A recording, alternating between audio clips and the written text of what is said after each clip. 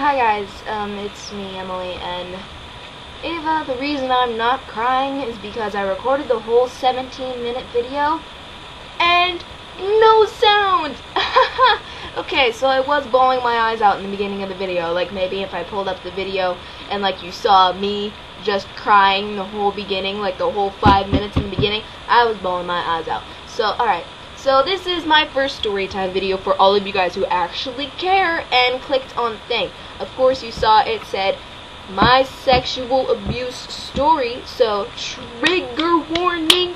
If you guys have like a problem with this, do not watch this video. Don't click out right now. I just keep talking so you have time to click out, and I'm giving you like 5 more seconds. Okay, alright, so you should be going by now if you don't care. So, if you did stick around, well, lucky you. My mom is at the store. I don't want her to hear any of this story because she still does not know. She doesn't know to this day. So, this is over a 2-year span of sexual abuse. Yes, 2 years of my life I was sexually abused. And it wasn't by somebody I expected. It was by somebody I thought who was awesome and great at first. It was my best friend's uncle. And I'd go over, it was actually her great uncle, and she lived with her great uncle and her great grandma. And her great grandma was the sweetest person, and her great uncle was he was funny and he was cool. So as soon as every single time I go over there, he'd hug me automatically and make a little kissy face at me and expect me to kiss him. But then I push him away, haha, laughing, and he'd laugh too and react like it was just some weird thing that happened. So it was about maybe a year into our friendship, and he still did the hugging and almost kissing thing, but we didn't ever actually go through with it. So spider. Okay, it's dead. And sorry, all the vegans out there. I'm sorry. And, so,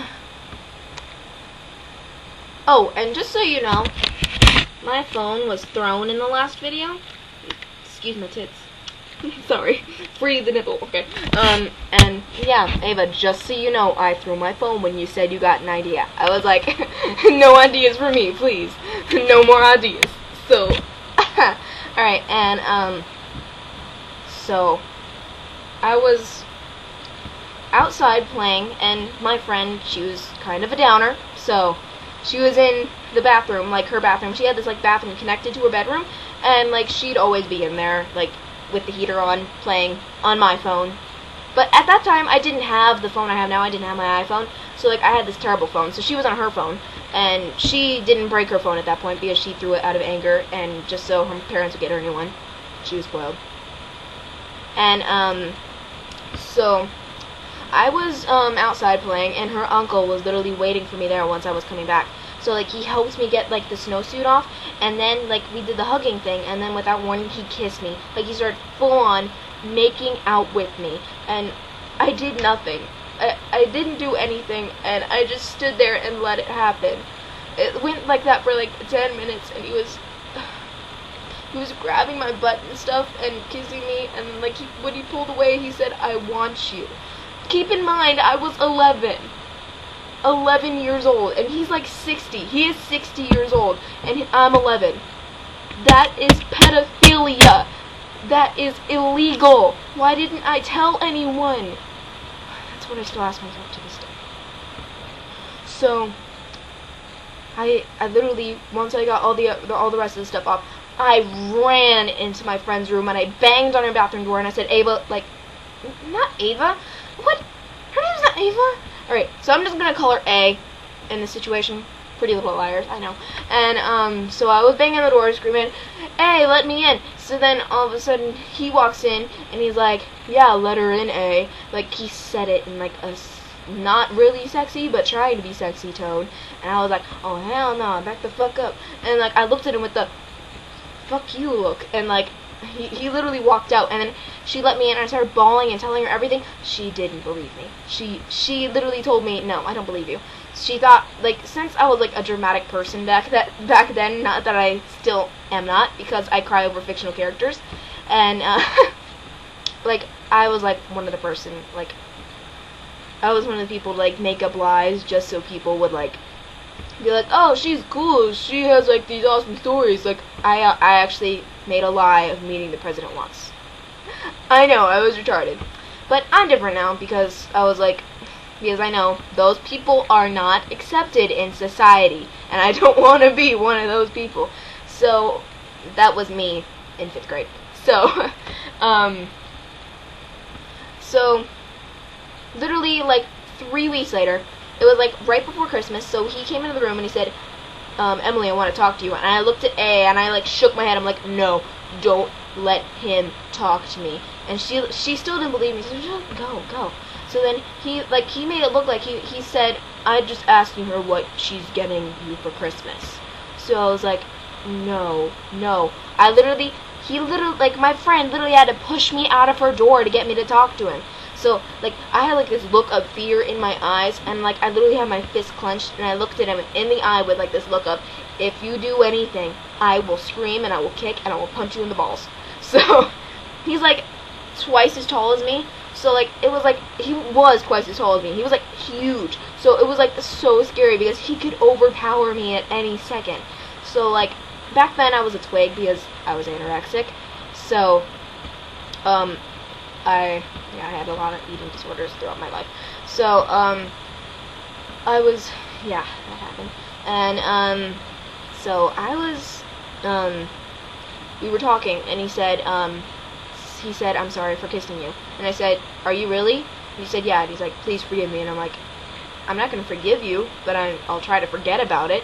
So then we finished our conversation. I told him what I was getting her for Christmas, and I went back and we started playing the board game that we were playing again. So a couple weeks later, we came home from, like, every single time I went to her house, like, we came home from the skating rink.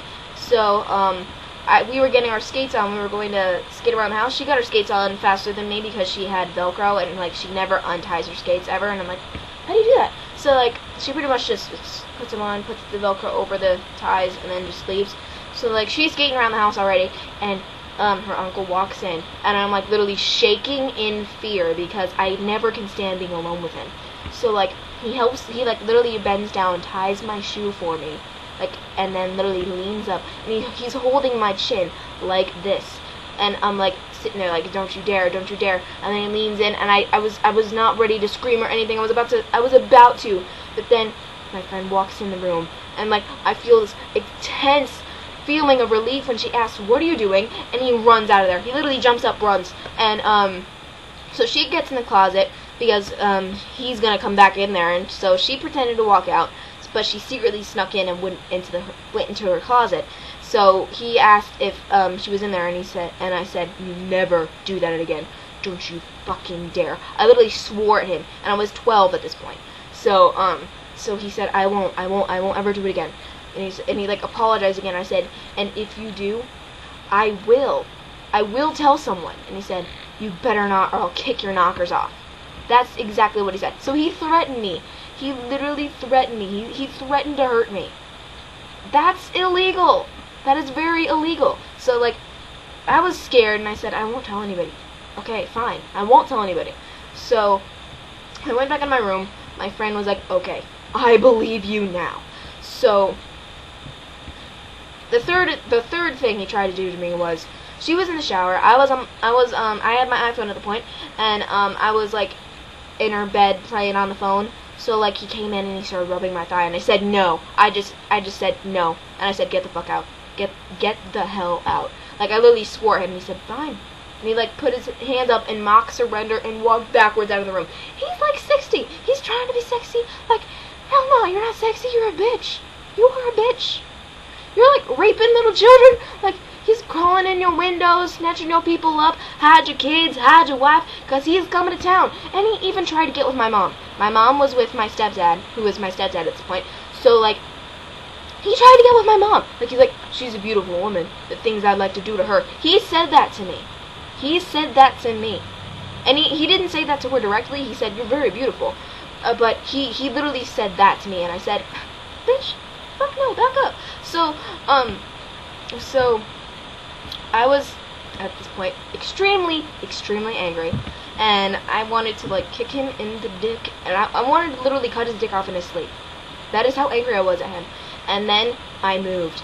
Like, I was having problems with my dad. I was having problems with everything. With school, with life, just everything. So I moved in with my mom. I moved in with my mom. And my friend, she texted me eventually and said, hey, how would you feel coming over to my house for my birthday? So I was like, you know what happened with your uncle? And she said, well, I told my great-grandma what happened, and he admitted it to her, so he's never going to be over at the house when my friends are over. And I was like so happy. I wanted to go over, but then he came up to me and he said, I told her I would kick her knockers off. If she comes over here, I will, because I told her not to tell. And he literally just left it at that and walked out. So he's literally threatening to leave the house, come to the house, and literally try to kill me. He's trying to beat me. So, if he watches this, you can try. You can try. And if you try, you know what? I will kick you in the dick and then stab it. I will stab it repeated times. So, you can just go burn in hell. Okay? Okay. And I know you will, because, you know what? You raped children. I mean, who knows if I'm the first one you tried to rape. Like, for real. Like, what if you, did it to her old best friends, and that's why they're not best friends with her anymore, because you're such a creep. If you try to, kiss her old best friends, and try to, freaking fuck them, then, do you know how many friendships you probably ruined? I mean, she's your niece, and you care about her, and you're, trying to fuck all her best friends. You didn't do that to any of her others. In fact, I talked to one of her best friends, and she's, we're both on the heavier side. So, all the heavier side best friends that she's ever had, he's tried to, yeah. And he even tried to get, A's mom to suck his weenie when she was pregnant with her. What the hell? What? And I still feel like it, to this day, it's my fault. I know he has justice, but I still feel like it's my fault. I know I did nothing, and my parents even told me, if anybody tries to kiss you, I was like, okay, I won't. And, they told me what to do. They told me to just kick, scream, just go, ah! And I was like, I didn't do any of that. I panicked, and I didn't know I knew what to do, it's just I didn't do it. And to anybody out there, it's not your fault. You may feel like it's your fault, but it's not. If somebody touches you, or even tries to go all the way with you, and you say no, and they do it anyway, that is sexual abuse. I'm not saying that, alright, so sexual harassment is just as bad, even if they don't touch you, and they just, literally, they pull their wing ring out to you, and they're like, hey, not touch it, huh? That is still sexual harassment, and if you don't want it, then you say no, and then they keep insisting that is sexual harassment, and you can tell somebody about that. And what this guy did to me is illegal. He could have gotten arrested. He could have gotten a restraining order, and I could have never seen him again, ever in my life. And I didn't say anything. So, that's my story of sexual abuse. Hopefully, I never have another story to tell again, because that was one of the most horrific moments in my life. In fact, I even remember what he smells like, and whenever I smelled that smell, I feel like I'm gonna burst down in tears, crying, screaming, kicking. I feel like I'm about to die.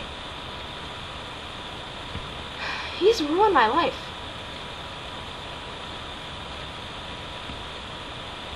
That's a nice memory to give an 11-year-old. I'm 13 now, and I still remember every single detail. I remember where he did it, when he did it. I remember it was 9:32 at night. And it still kills me. So I love you guys, and I hope you... I'm not here to receive pity. I'm not like, oh, everybody be sad for me. Oh, because I almost got raped, everybody be sad for me. No, I'm here to spread awareness about this, because this happens to more girls than you think. I mean, every single girl is going to go through sexual harassment or abuse in their life. There's not a single girl who's going to be able to avoid this. Unless they die at the age of, 3 or something. Unless they die young, or they're just extremely lucky. Literally, unless they're an angel or something. You're gonna go through sexual harassment in your life. And you need to know what to do. Because, honestly, I could have done better. So, Thanks for watching.